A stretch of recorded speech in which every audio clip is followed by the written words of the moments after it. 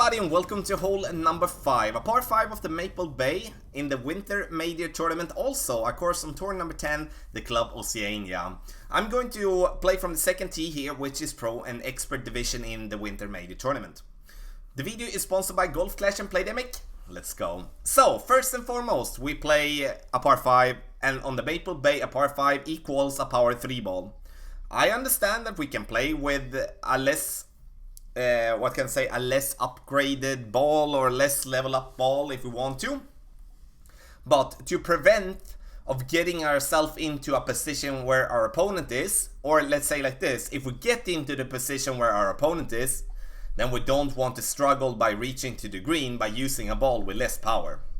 4 to 5 bars of side spin to the left with half a bar of a backspin, and I'm going to use overpower now, around a 50% overpower, to be able to reach directly to this fairway. If you want to, you could play with a Titan ball or maybe with a power 4, power 5 ball, go full blast overpower, hoping to bounce on the fairway we are going to bounce on there, to get over the rough and roll out to the fairway above that. That will of course increase the opportunity or the possibility to make an albatross from distance. Have in mind that we do play the drive that is downhill 10%, so we over adjust our shot 10%. Look now, our opponent here in this case is having no chance whatsoever to reach for the green in 2. Sure, with a power 3 ball would be tough, but at least be able to reach over to the fairway platform there above to be able to bounce it towards the green.